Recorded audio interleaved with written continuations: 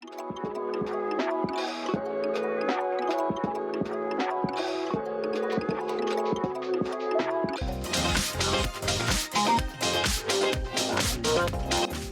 you just love TikTok? I mean, really, I love it. Good morning. Thank you, Scott, so much for that reading. It was great. I am here at our kitchen table, all dressed up because I want to invite you to a fancy dinner this week. This is something our family has been doing throughout the past year to break up the sameness of this pandemic life. So I want to invite you, because this is our first activity in our Lent bags, to have a fancy dinner this week. Now there's lots of variations, so I'm going to walk you through what our family does, but please don't feel pressured to do it exactly the same. There are just two things that we really hope you'll try with your fancy dinner, and I'll get to those. So what our family does is we have some fancy clothes that we don't wear very often.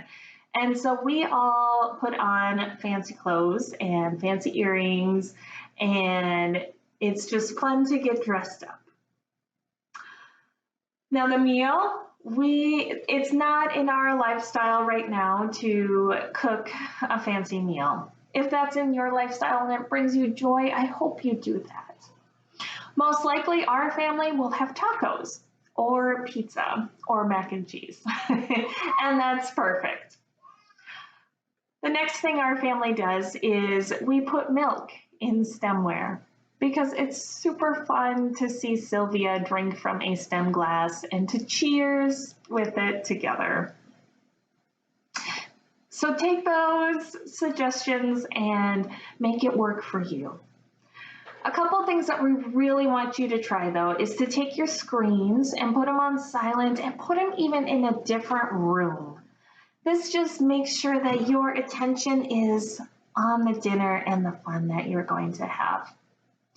And the next thing that we really hope you'll do is